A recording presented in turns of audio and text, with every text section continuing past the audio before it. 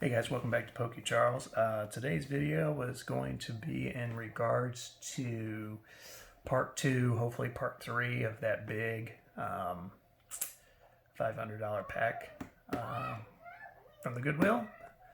But yeah, everything that you saw in that binder yesterday out of all that big 25-pound package was basically all there was.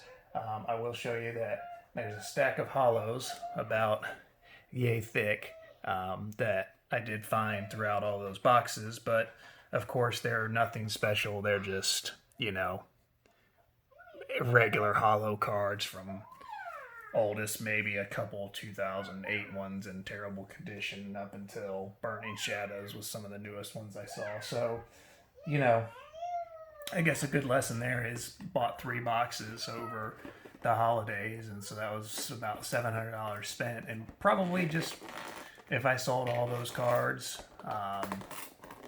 that were of value, it would probably bring right around that. So we were rocking and rolling after that 100 pack, and then fell flat on our face with the $500 pack. But what can you do? Can't win them all, right? If you did, it'd be too easy, and that's what everybody would do. You get a lot of valuable cards for cheap. So, but we had fun doing it. It was just that was just bad all around. They were kind of everything was just thrown in there. There was one thing that was in a giant Ziploc bag that actually had some of the good cards in it, and they literally just put 15 rubber bands around a whole ball of cards. They were shaped in every which way, so they were bent over, like basically made into a big ball of bending cards. So that was pretty. I was pretty bummed about that because normally they actually do a pretty good job of packaging them up, putting them in tins or whatnot. So I was a little disappointed to see that because there were some nice like '06 Topps Charmander shinies in there that would have been worth something, but they were completely destroyed. So were they like that when they got them? Who knows? But that's the risk that you take. So, but right now, what I'm doing is I'm opening up the Rayquaza 7-pack Hidden Fates, doing a little hidden pack action for today's video, and hoping to swing the luck around back to the good side. Forgot Charles had his church program tonight, so I was sitting here doing all this waiting for him to come up here, and then I forgot that he didn't come home from school because it's Wednesday. It's just been a messed up week with the kids being out on Monday. I'm sure a lot of you have experienced that. Here's the code card. There we go. All right, let's get started. So there were some really cool cards in that binder. What I'm going to do is I'm going to get that binder all cleaned up, re-sleeve everything, check the condition of everything, and I'll let you guys know in a couple videos. Because there was the Rayquaza Legendary Collection Gold Full Art. That card actually is worth about $70 just in like a near mint condition. And then the Dialga EX one that was next to it, the silver one, that's about $50. So those were two pretty good cards on the top there. But again, I need to go through the check to make sure that those are all real cards, because that's the problem that you run into sometimes with a lot of those EXs and stuff, as we've seen in the past. So let's see. Magikarp, Staryu, and it's weird seeing these normal looking, clean pack, fresh cards.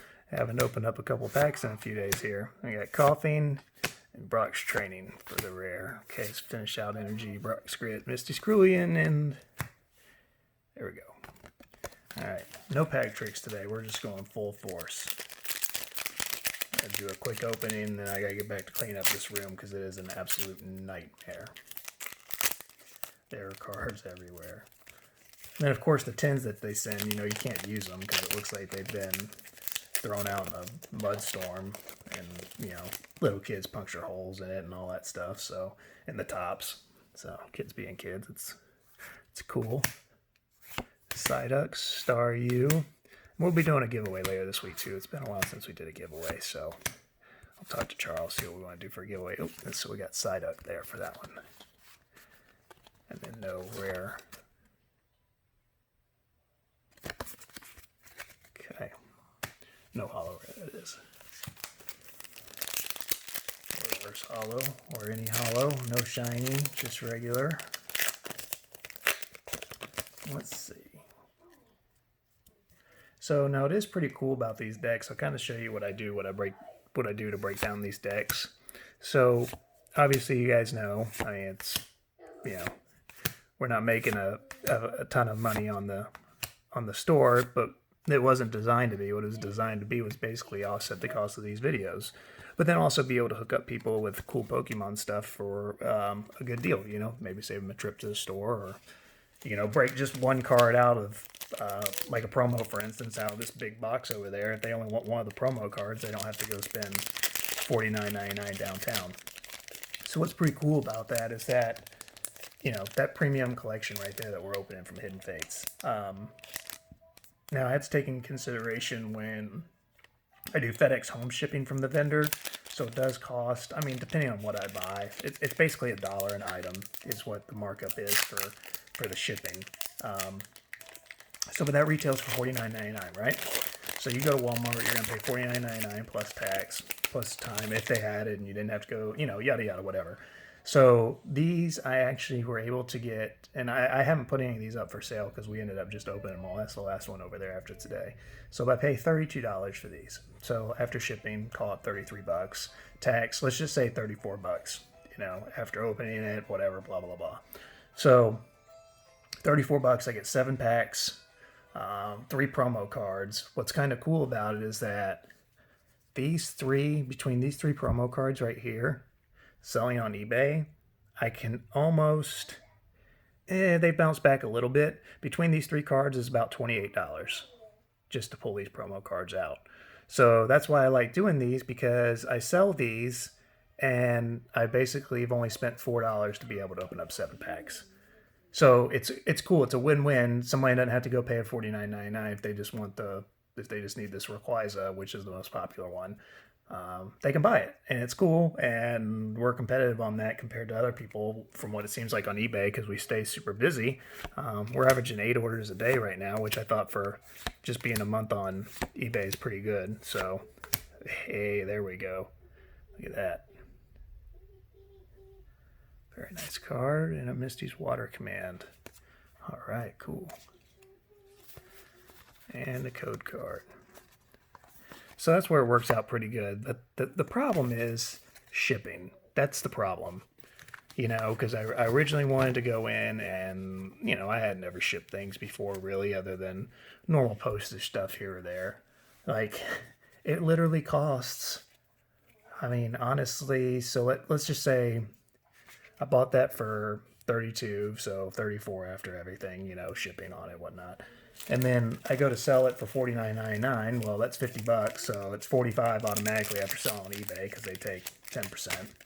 So, and then I want to go ship that in any sort of priority box because the way that it is, it's going to be at least $7. So, what is that? So that's 38. And I buy them for 34, so I'm making a whole $4 for selling that. And, you know, that doesn't count the box if I have to buy a box, the tape, the labels, the time to, you know. So it's not a big money maker by any means, but that's why I like to be able to break this stuff up now. I think it's really cool that we're breaking it up and letting people buy stuff. The World Championship cards are the ones that get me. Those are the ones I don't even understand, because I think, well, I do understand. I think it's hard for them to find the World Championship ones because, you know, I have them listed for $12.99, which is what you can go buy them at Target for. But I do charge $3 to ship because, again, it's going to cost me probably $7 to ship the dead gun thing. So, but our best seller has been actually taking cards out of that. For instance, the Reshiram card. I sell that the Reshiram Charizard card. I sell that card all day long for $7.99. But what really makes me scratch my head is the people that buy 2 of them, because 2 come in one of the boxes. And so instead of going and buying that box for $12.99, they're buying 2 of the cards out of it, so they're not getting the pin, they're not getting any of the other cards and the book and, you know, all that stuff. And then they're paying more for it than they would just to go buy it. So I'm assuming that it's because they can't find it, is what I'm thinking. Either that or they're just too lazy to leave their house. But when Rusty over at TCA had told me to buy a couple cases of those, that they're good for just slinging single cards and making decent money, he wasn't wrong.